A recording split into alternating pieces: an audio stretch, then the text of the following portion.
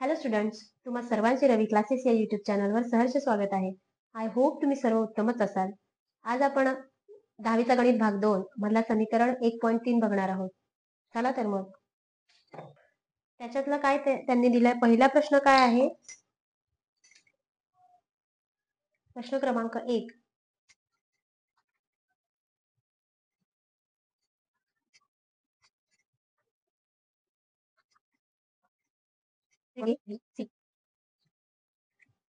दोन त्रिकोण त्यांनी काय दिले आकृतीमध्ये? कोन ए बी सी किती अंशाचा दिलेला आहे? 75 अंशाचा दिलेला आहे. व कोण ई डी सी हा किती 75 अंशाचा दिलेला आहे. तर त्यांनी काय विचारलं, कोणते दोन त्रिकोण कोणत्या कसोटीनुसार समरूप आहेत ते शोधायचं आहे आणि त्यांची समरूपता योग्य एकास एक संगतीत लिहायची आहे. आता आपल्याला काय दिलेले आहे? दोन त्रिकोण दिले आहेत. एका त्रिकोणामध्ये दोन त्रिकोण आहेत. ते त्रिकोण शोधायचे आहेत. ते समरूप आहेत का हे शोधायचे आहेत आणि जर समरूप असतील तर ते कुठल्या एकाच एक संगतीनुसार समरूप आहेत ते लिहायचं आहे. मग आपण काय बघूया, ते त्रिकोण शोधूया. पहिल्यांदा त्रिकोण काय आहे?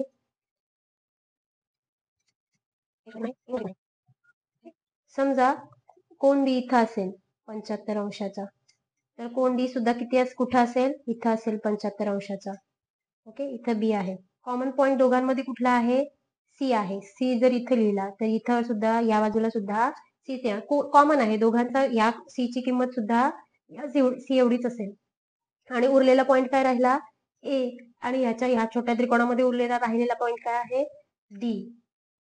आणि 75चा डी आहे आणि राहिलेला पॉइंट काय आहे? ई.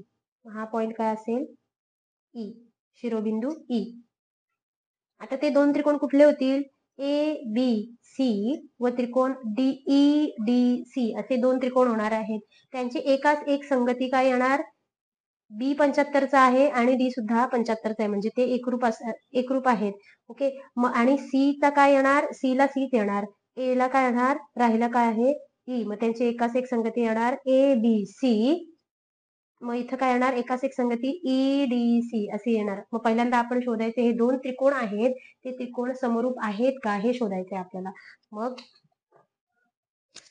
दिलंय काय आकृतीमध्ये?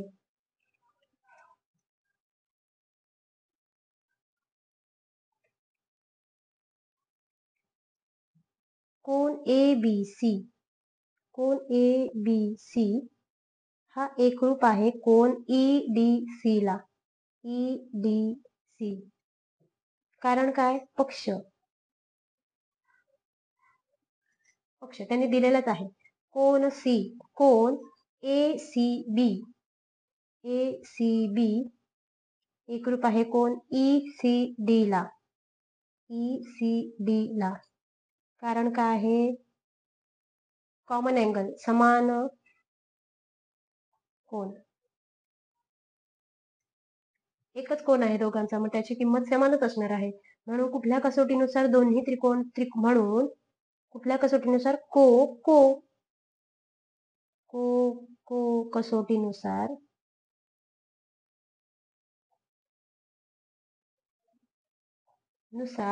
त्रिकोण ए बी सी हा समरूप असेल त्रिकोण ई डी सी ला. ई डी आणि सी ला एकाच एक संगती कशी असेल? एकाच एक संगती काय असणार आहे? एकाच एक संगती तर असेल इथे. एकाच एक संगती ए साठी पॉइंट दुसऱ्या त्रिकोणाचा ई असेल, इथं बी असेल तर या साईडला दुसरा पॉइंट काय असणार आहे? डी. आणि सी जर इथे लिहिला लास्ट तर इथं लास्टला सी येणार. ही एकाच एक संगती आहे त्यांची, ते शोधायला सांगितले. एकाच एक संगती समरूपता सुद्धा तशीच लिहिलेलं आहे. एकाच एक संगती ही आहे आणि समरूपता आपण त्याच संगतीनुसार लिहिलेला आहे. त्रिकोण, इथे त्रिकोण लिहायचं विसरलेले.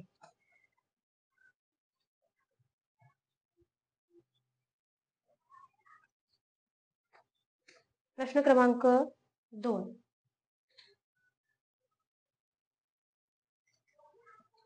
आकृती काढूया पहिल्यांदा.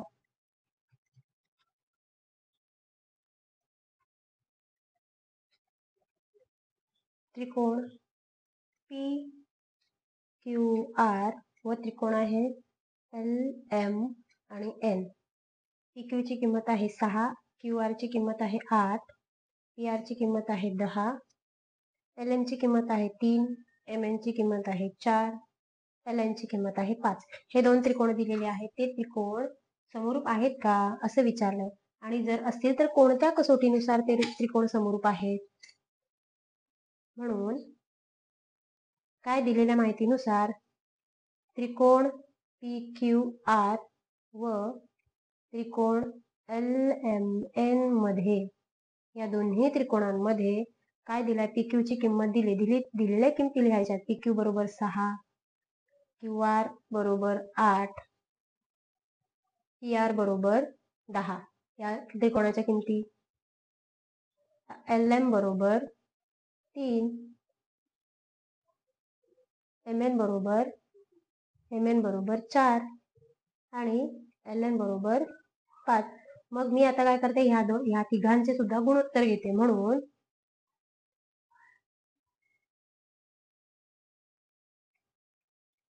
दोन्ही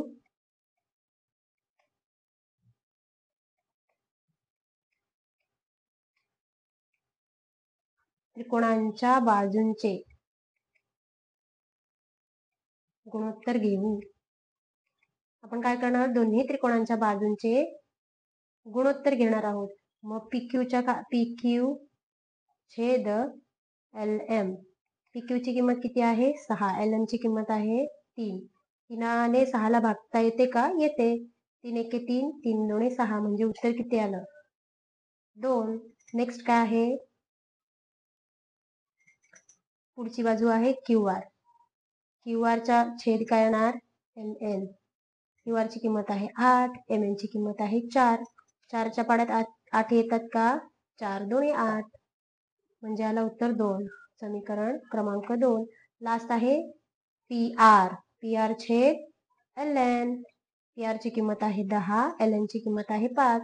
5च्या पाड्यात 10 येतात, 5 दोणे 10, म्हणजे आला उत्तर 2. आता समीकरण 1, 2, 3 यांची उजवी बाजू समान आहे. उजवी बाजू जर समान असेल तर डावी बाजू सुद्धा समान येईल. म्हणून समीकरण 1, 2 व 3 नुसार काय लिहू शकतो आपण, PQ छेद LM बरोबर QR छेद MN बरोबर PR छेद LN. या दोन्ही त्रिकोणांच्या तिन्ही बाजू एक गुणोत्तरात विभागतात एकमेकांना. त्यामुळे आपण कुठल्या कसोटीनुसार हे दोन्ही त्रिकोण समरूप दाखवू शकतो, बाजू बाजू बाजू बा कसोटीनुसार हे दोन्ही त्रिकोण काय येणार, समरूप येणार. म्हणून कुठल्या कसोटीनुसार, बा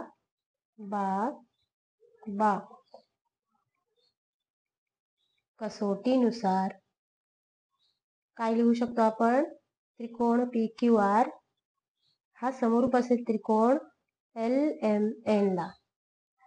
हेच तुमचं आन्सर आहे.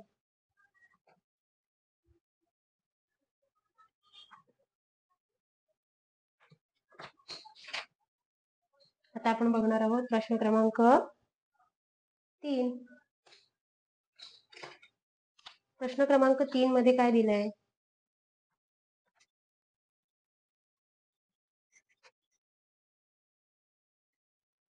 A B C P Q R 6, 4, X आणि 8 दिलंय. काय त्यांनी आकृतीमध्ये, या दोन्ही आकृतीमध्ये 8 मीटर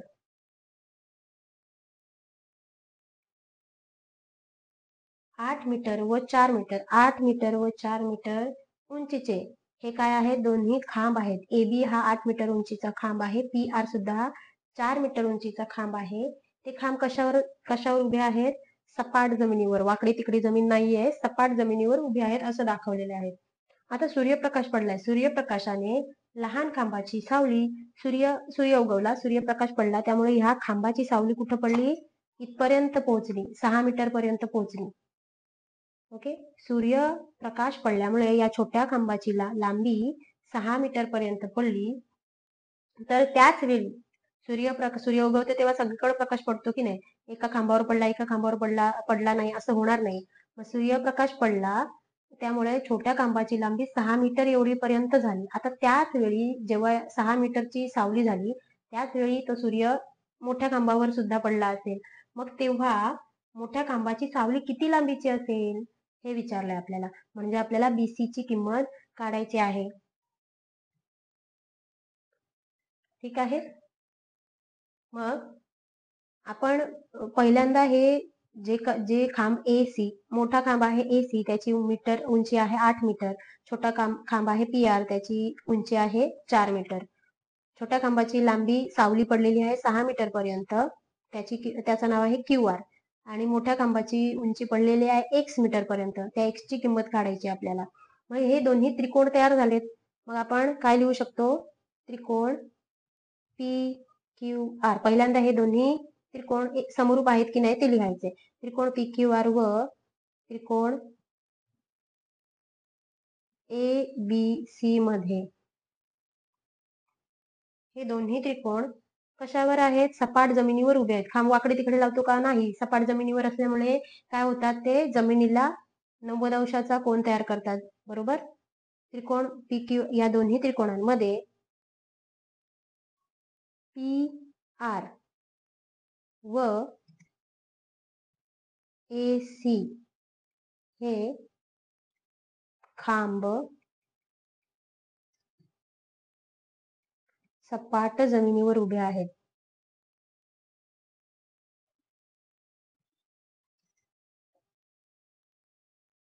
त्यामुळे त्यांनी तयार केलेला कोन किती अंशाचा असेल? 90 अंशाचा असेल. म्हणून आपण काय लिहू शकतो? कोन PRQ बरोबर किती अंशाचा असेल? 90 अंशाचा असेल. हा म्हणजेच एकरूप असेल कशाला? कोन ACB ला. त्यांची किंमत किती असेल? प्रत्येकी 90 अंशाचे कोन किंवा काटकोन लिहिलं तरी चालेल. आता हे समजलं, हे कोन एकरूप आहेत. आता नेक्स्ट काय आहे? सूर्याची सावली ज्या अँगलमध्ये मोठ्या खांबावर पडते त्याच अँगलमध्ये छोट्या खांबावर सुद्धा पडते. बरोबर? त्यामुळे त्यांनी तयार झालेला कोन कसे असेल? एकाच वेळी समान असणार आहे. म्हणून कोन QPR एकरूप कोन BAC. कारण काय आहे? सूर्याची सावली एकाच वेळी दोन्ही खांबांवर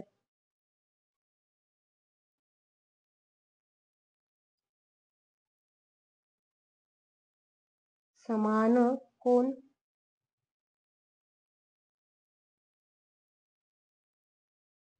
तयार करते. एकाच वेळी पडलेली आहे दोन्ही खांबांवरती सावली, त्यामुळं त्या दोघांची किंमत सुद्धा समान असेल. म्हणून कुठल्या कसोटीनुसार ते दोन्ही त्रिकोण एकरूप येतील? समरूप येतील. को कसोटीनुसार. म्हणून को कसोटीनुसार आपण काय लिहू शकतो? त्रिकोण PQR समरूप त्रिकोण ABC. दोन्ही त्रिकोण समरूप आले. आता समरूप त्रिकोणांच्या गुणधर्मानुसार आपण काय लिहू शकतो? समरूप त्रिकोणांचा गुणधर्म काय आहे? तर जर दोन्ही त्रिकोण समरूप असतील तर त्यांच्या बाजू प्रमाणात विभागतात. म्हणून PR छेद AC बरोबर QR छेद BC. ठीक आहे. कारण काय आहे? समरूप त्रिकोणांच्या कशा बाजू आहेत त्या संगत बाजू PR ची किंमत त्यांनी दिलेली आहे 4, AC ची किंमत आहे 8, बरोबर. QR ची किंमत आहे 6, BC ची किंमत आहे x. आता x भागिले आहे, इकडे आल्यावर काय होणार? गुणिले 6, 8 भागिले आहे, इकडे आल्यावर काय होणार? गुणिले 4 गुणिले आहे, इकडे आल्यावर काय होणार? भागिले 4 एके 4, 4 दुणे 8. आता x ची किंमत किती येणार? x बरोबर 6 दुणे 12 मीटर. म्हणून त्यांनी विचारले काय मोठ्या खांबाची सावली किती लांबीची असेल? मोठ्या खांबाची सावली 12 मीटर लांबीची असेल. म्हणून मोठ्या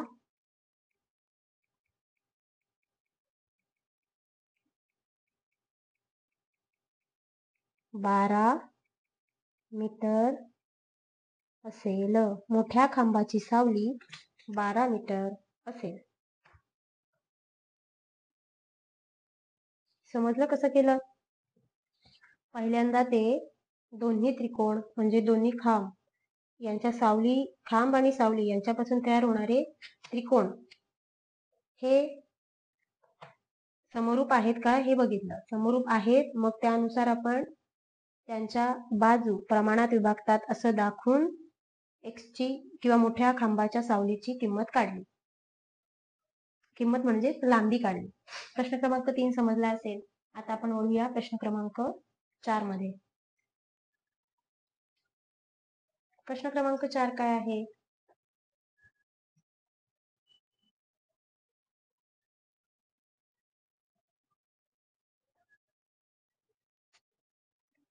त्रिकोण दिलाय A, B, C, P आणि दिलं इथं Q. त्यांनी काय दिलंय? त्रिकोण ABC मध्ये AP हा लंब आहे BC ला, BQ हा लंब आहे AC ला. तर आपल्याला काय शोधायचे आहे? त्यांनी दिलंय B, दरम्यानता दिली B, P, C आणि AQC ही दरम्यानता दिली. तर त्रिकोण CPA, त्रिकोण CPA व त्रिकोण CQB हे समरूप आहेत हे दाखवायचं आहे. आणि जर AP ची किंमत किती दिलेली आहे? 7. AP ची किंमत 7 दिलेली आहे. BQ ची किंमत दिलेली आहे 8. PQ ची किंमत 8 दिलेली आहे. BC ची किंमत दिलेली आहे 12. तर AC ची किंमत किती? त्याने त्रिकोण ABC मध्ये AP हा लंब आहे BC ला, BQ हा लंब आहे AC ला. म्हणजेच P कसा आहे? काटकोन आहे. म्हणजे कोण P ची किंमत किती येणार? 90 अंशाची येणार. आणि कोण Q ची किंमत येणार? 90 अंशाची येणार. त्यामुळे आपण आता डायरेक्ट हे 90 अंशाचे तर आहेत, त्यांनी पक्षामध्येच दिलेलं आहे. पहिल्यांदा लिहिते आकृतीमध्ये दिलेल्या गोष्टी लिहिते.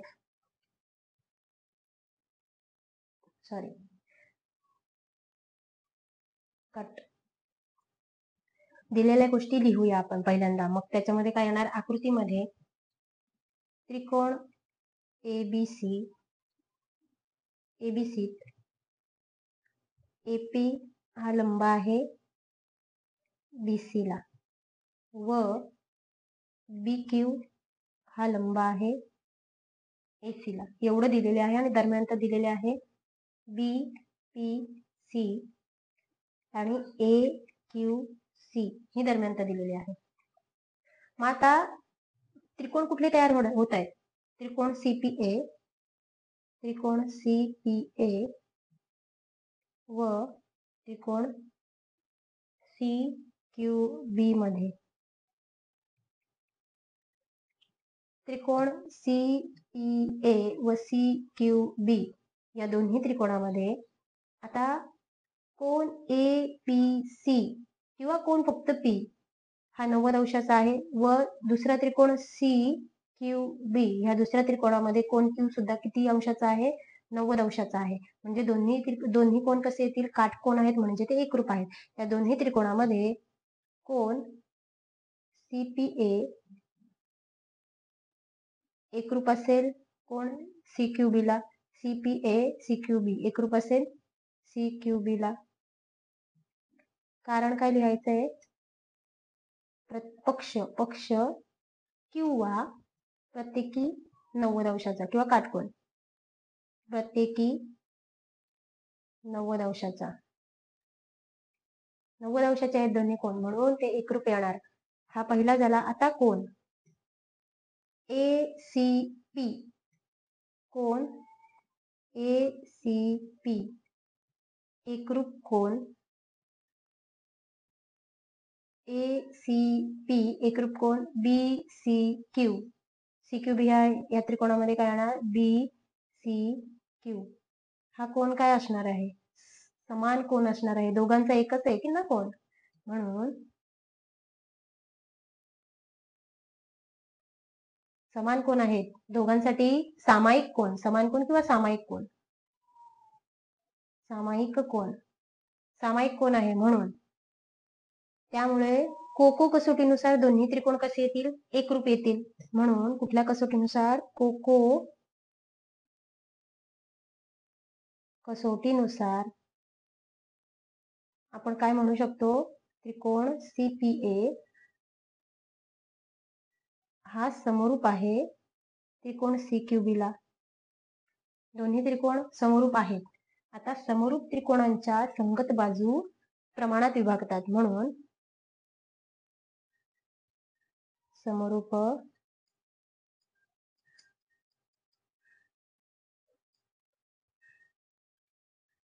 संगत बाजू प्रमाणात विभागतात.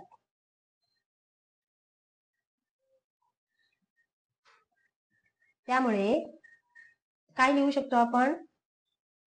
AP छेद BQ. त्रिकोण CPA ची बाजू AP आणि त्रिकोण CQB ची बाजू BQ. AP छेद BQ बरोबर AC छेद BC. AC छेद BC. AP ची किंमत दिली त्यांनी. AP ची किंमत दिलेली आहे 7. BQ ची किंमत दिलेली आहे 8. बरोबर. AC ची किंमत काढायची आहे आणि BC ची किंमत दिलेली आहे 12. आता 12 भागिले आहे बरोबर चिन्हाच्या दुसऱ्या बाजूला गेल्यावर गुणिले 12 होतील. 7 गुणिले 12 छेद 8 बरोबर AC. आता 8 ला भागूया. दोन्ही संख्या 4च्या पाड्यात येतात. 4 दोन्ही 8, 4 त्रिक 12. आता 7 त्रिक 21 छेद 2 म्हणजे 2 ने 21 ला भागायचंय. सॉरी, 2 ने 7 त्रिक 21, त्यांचा गुणाकार 21 आलाय. मग या 21 ला 2 ने भागूया. 2च्या पाड्यात 21 येतात का? नाही. बेद आहे 20. एकातून 0 गेला राहिला 1. आता इथं पुढची कुठलीच संख्या नाही म्हणून मी 0 घेतला. 0 घेतल्यावर इथं एक पॉइंट द्यायचंय. 2 पंचे 10 आला काय उत्तर? AC ची किंमत आली 10.5. म्हणून AC बरोबर 10.5.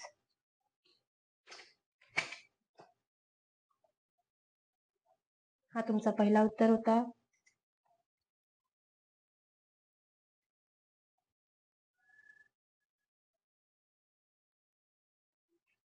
आणि हा तुमचा दुसरा उत्तर आहे. चौथा गणित समजला असेल. इथे एकाच याच्यामध्ये दोन त्रिकोण होते. त्या त्रिकोणांना शोधलं आपण आणि मग त्यानुसार एकरूप दाखवलं आणि एकरूप दाखवल्यानंतर त्यांच्या बाजू प्रमाणात विभागतात. संगत बाजू प्रमाणात विभागतात तेच लिहिलं. त्यानुसार AC ची किंमत मिळालेली आहे. आता आपण पुढे जाऊया. प्रश्न क्रमांक 5 बघूया. जर तुम्हाला हा व्हिडिओ आवडला असेल तर लाईक करा, शेअर करा आणि कमेंट करा. चॅनलवर नवीन असाल तर सबस्क्राईब करायला विसरू नका.